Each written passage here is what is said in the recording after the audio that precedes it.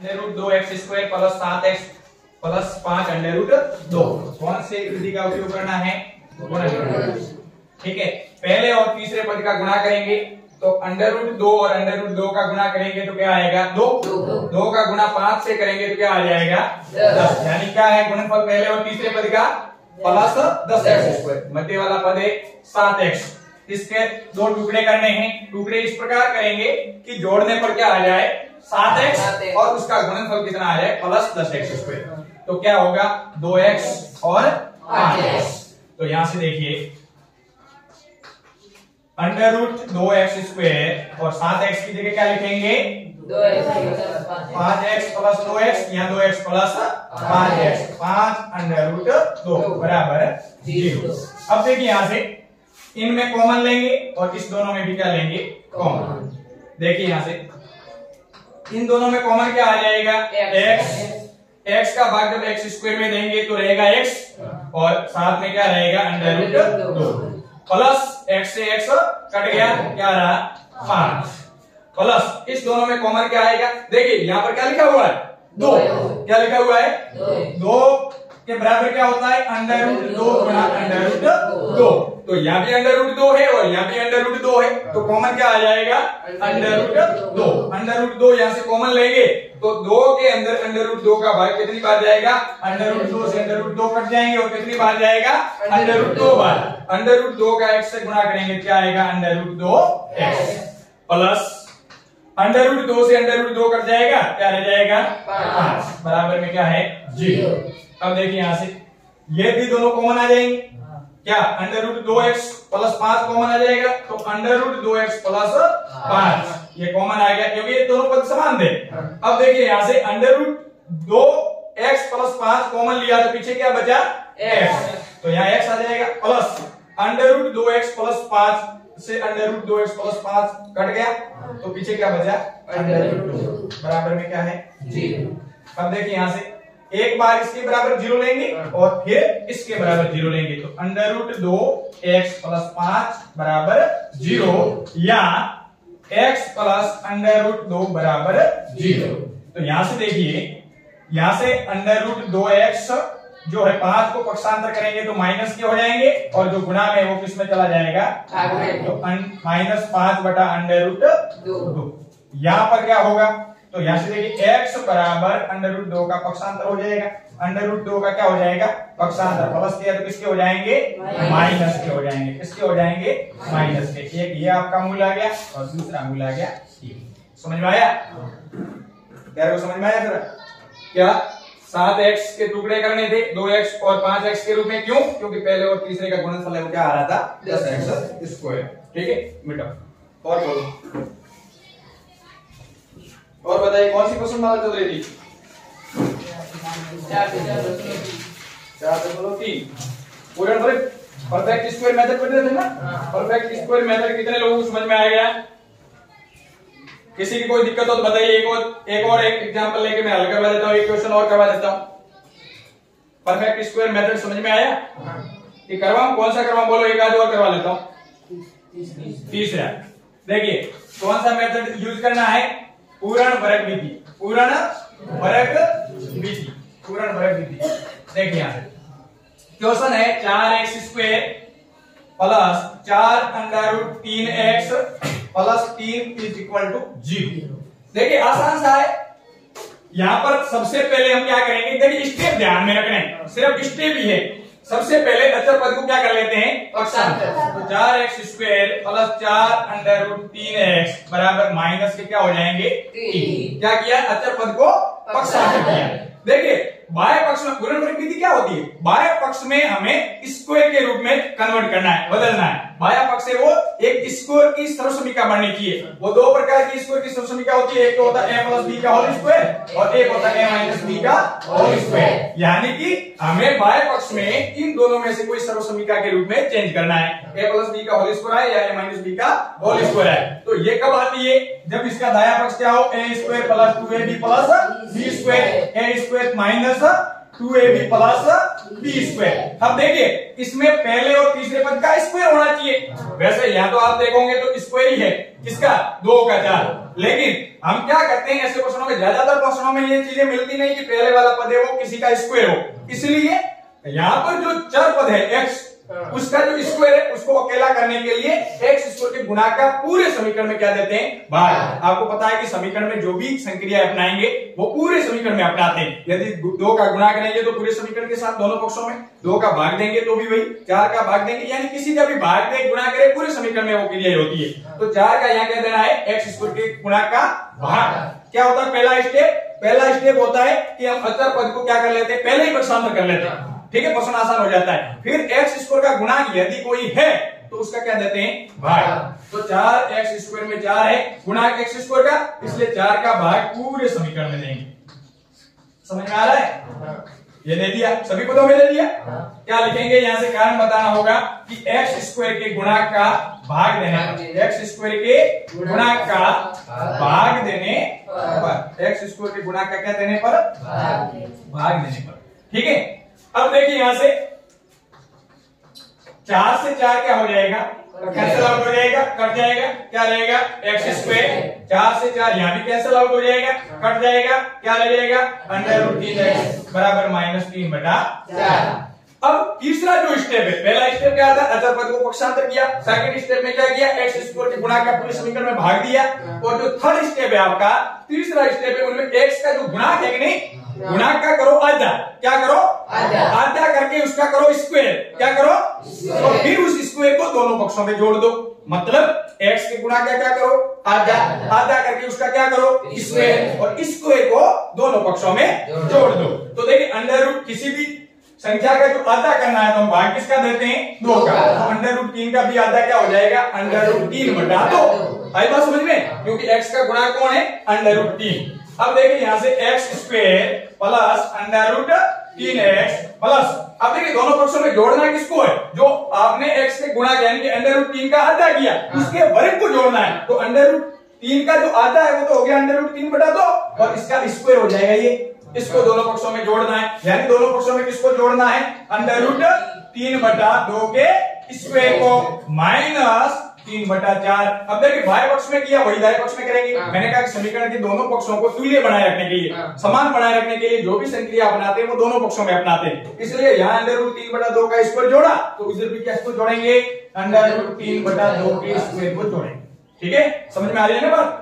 अब देखिए यहां से आप देख लीजिए, ये पहले पद का स्क्वायर है, ये तीसरे पद का भी स्क्वायर है, मतलब इस दोनों में से सर्वसमीका लगेगी। लेकिन कौन सी लगेगी, प्लस वाली या माइनस वाली या मध्य पद से पता चलेगा। मध्य पद यदि प्लस का है तो कौन सी लगेगी, प्लस वाली। इसलिए हो जाएगा a की जगह x, a प्लस b का फॉर्मूला अपनाया तो a की जगह कौन है, x, और b की जगह कौन है, √3/2, और इसका क्या हो गया, होल स्क्वायर। इसलिए इसको कहते हैं पूर्णवर्ग विधि। देखो ये स्क्वायर बनाना, परफेक्ट स्क्वायर बना नहीं बना, इसलिए इस विधि को क्या कहा जाता है, पूर्णवर्ग विधि, यानी परफेक्ट स्क्वायर मेथड। अब देखिए बाएं पक्ष को हम क्या कर देते हैं, सॉल्व कर देते हैं, सरल कर देते हैं। -3/4 √3 का स्क्वायर कितना होगा, 3, और 2 का स्क्वायर कितना होगा, 4।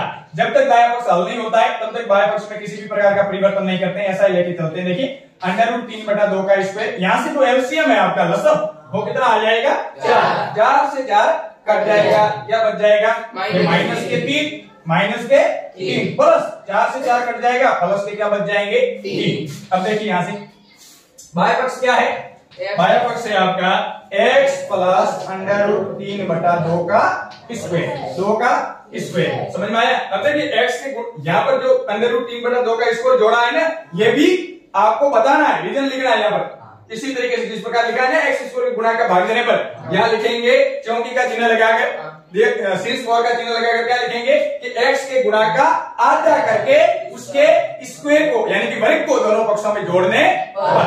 ठीक है, अब देखिए ये 3 में से 3 गया, क्योंकि ये माइनस के 3 है, ये प्लस के 3 है, घटने पर क्या रहेगा, 0। और आपको पता है कि 0 में किसी का भी भाग दें हमेशा उत्तर आता है 0। क्या आता है, 0। लेकिन 0 का किसी में भाग दें तो हमेशा अपरिभाषित आता है, इनफाइनाइट आता है। आई बात समझ में। तो यहां से आ जाएगा 0 बराबर में। अब देखिए 0 आया, इसका मतलब इसका जो दाया पक्ष है उसका अंडर रूट करेंगे, ये इसको हटाएंगे तो 0 का अंडर रूट तो क्या होता है, 0 ही होता है। जीरो ही होता है।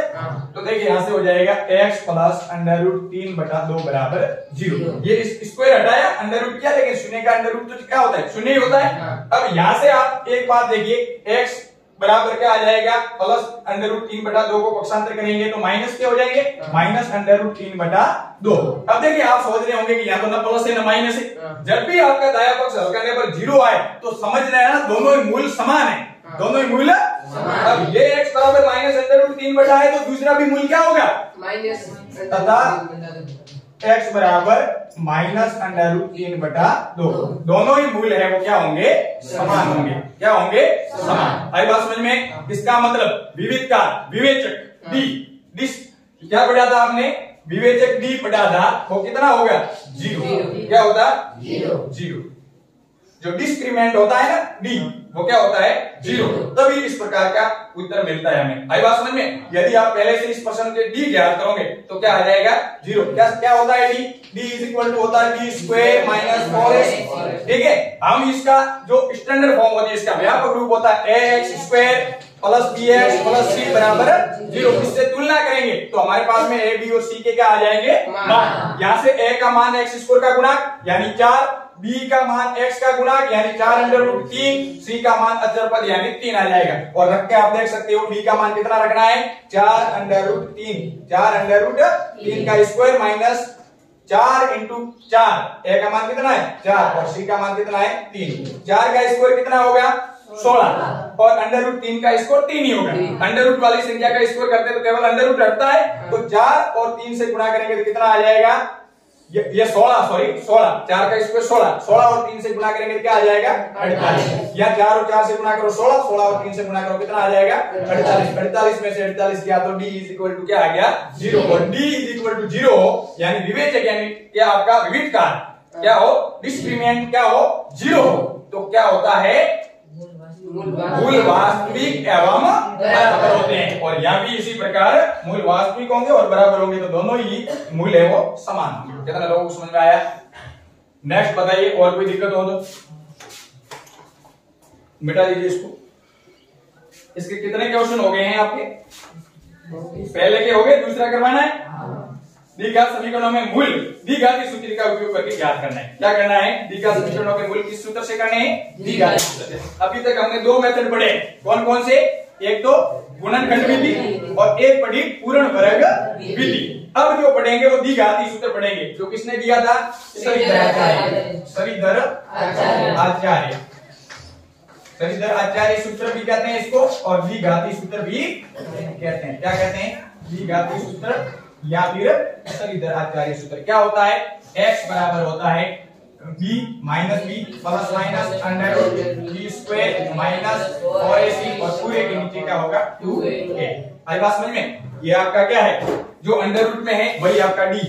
ये क्या है, आप इसको d भी लिख सकते हो। कैसे, ऐसे लिख सकते हो, x बराबर minus b plus minus under root d बराबर क्या हो जाएगा 2a। क्या हो जाएगा 2a। ये सिर्फ d है, अंडर d का मान तो इसके अंदर है, अंडर रूट थोड़ी होता है d के मान में। तो अंडर रूट में लिखी हुई संख्या ही d है, इसलिए मैंने इसको किसमें लिखा, अंडर। आई बात समझ में। अब देखिए यहाँ से इस सूत्र का उपयोग करके हम क्या ज्ञात करेंगे, द्विघात समीकरण के मूल यानी क्वाड्रेटिक इक्वेशन के मूल ज्ञात करेंगे, रूट्स ज्ञात करेंगे। क्या ज्ञात करेंगे, रूट्स। तो देखिए इससे दो सूत्र निकल कर आते हैं, प्लस का चिन्ह लेने पर एक बनेगा और दूसरा माइनस का चिन्ह लेने पर बनेगा। यानी एक तो बन जाएगा minus B plus under root D upon 2a और एक बनेगा minus B minus under root D upon 2a। आई बात समझ में। तो एक बार प्लस का चिन्ह लेंगे और फिर सेकंड टर्म्स में किसका चिन्ह लेंगे, माइनस का। तो कितने मूल निकल कर आ जाएंगे, दो मूल निकल कर आ जाएंगे। लेकिन ध्यान रहे कि आपका जो d है वो शून्य होता है तो दोनों मूल क्या होंगे, बराबर। यानी क्या होता है, d इज इक्वल टू 0 होता है तो मूल कैसे होंगे, वास्तविक एवं बराबर। d ग्रेटर देन 0 होता है तो मूल कैसे होंगे, वास्तविक और भिन्न। और d लेस देन 0 होता है तो मूल होंगे काल्पनिक। भाई बात समझ में। यानी कि ये d का मान 0 आ जाता है तो समझ लेना एक मूल होगा वही दूसरा मूल होगा, मतलब दोनों मूल बराबर होंगे। लेकिन यदि d का मान ग्रेटर देन 0 आ जाता है, मतलब d का मान 0 से क्या आ जाता है, d का मान 0 से बड़ा आ जाता है, तो समझ लेना कि मूल वास्तविक तो होंगे लेकिन दोनों भिन्न होंगे। लेकिन d का मान लेस देन 0 आता है, मतलब 0 से छोटा आता है, तो समझ लेना कि मूल है वो काल्पनिक होंगे। ठीक है, तो देखिए क्वेश्चन करते हैं पहला, मिटाइए इसको। किस सूत्र से? द्विघाती सूत्र से। किससे? द्विघाती सूत्र से। पहला ही करवा दूं। पहले वाले क्वेश्चन में जितने भी क्वेश्चन दिए हुए ना उनको वापस द्विघाती सूत्र से भी करना है और पहले वाले क्वेश्चन में पूर्णवर्ग विधि से करना है। तो दोनों विधि, पहले गुणनखंड और पूर्णवर्ग पढ़ लिए, अब क्या पढ़ते हैं? द्विघाती सूत्र। क्या है? 2x² समीकरण है -7x + 3 = 0। ठीक है, देखिए इस प्रश्न को हल करने के लिए द्विघाती सूत्र का उपयोग करना है तो इसकी तुलना क्या करनी पड़ेगी? इसके व्यापक रूप से करनी पड़ेगी। इसके व्यापक रूप से इक्वेशन यानी द्विघात समीकरण के व्यापक रूप से, और वो आपको पता है क्या होता है? x² + 3 = 0। आई बात समझ में? तो देखिए यहां से लिखेंगे 2x² - 7x + 3 = 0 की तुलना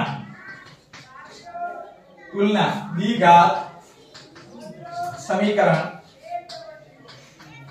के व्यापक रूप से करने पर। क्या होता है? व्यापक रूप भी लिख सकते हो, याद है तो कोई बात नहीं, लिखने की जरूरत नहीं, आपने बता दिया कि इनकी तुलना किससे कर रहे हैं? द्विघात समीकरण के व्यापक रूप से करने हैं। तो द्विघात समीकरण का व्यापक रूप हमें यदि देखें तो यहाँ पर एबीसी वास्तविक संख्या है रियल नंबर से, और वो किस प्रकार है कि x² का गुणांक वो a, x का गुणांक वो b और अचर पद वो c। तो यहाँ से a निकल कर जो आएगा, a निकल कर आएगा वो x² का गुणांक होगा, मतलब कितना है? 2। b निकल कर आएगा, सिंबल से लेना है, चिन्ह साथ में लेने, जो x का गुणांक होगा वो b होगा, तो b यहाँ से आएगा -7 तथा c अचर पद होगा तो c आ जाएगा आपका 3। ठीक है, अब देखिए इसमें प्रकृति भी पूछी होती ना साथ में, तो पहले d ज्ञात करते हैं, लेकिन पूछा क्या है? सिर्फ मूल ही पूछा है। द्विघाती सूत्र का उपयोग करके मूल ज्ञात करने के लिए पूछा है कि प्रकृति भी पूछा है? सिर्फ मूल ज्ञात करने के लिए पूछा है ना, तो d पहले से ज्ञात करने की जरूरत नहीं। आई बात समझ में? और चाहो तो आप d ज्ञात भी कर सकते हो, तो फिर सूत्र में सीधा रख देना d। तो ठीक है, अब d बराबर क्या हो जाएगा? b² - और ऐसी b बराबर b का मान कितना है? -7 का स्क्वायर माइनस और 2 और 3, ये सारे मान रख दिए, ये हो जाएगा 49, 8 3 24, क्या हुआ? 25। कितना आया? अर्थात क्या है d? अर्थात b है वो ग्रेटर देन, b का मान है ग्रेटर देन 0, यानी 0 से d बड़ा है क्योंकि d 25 है। कितना है? 0 से क्या है? तब मूल कैसे होंगे? तब मूल वास्तविक एवं भिन्न, वास्तविक एवं भिन्न होंगे। आई बात समझ में? अब देखिए मूलों की प्रकृति हमें पता चल गई कि मूल किस तरीके के होंगे, तो मूल होंगे वास्तविक एवं भिन्न। अब हम सलीधराचार्य का प्रयोग करके यानी द्विघाती सूत्र का प्रयोग करके क्या ज्ञात कर लेते हैं? मूल। अब द्विघाती सूत्र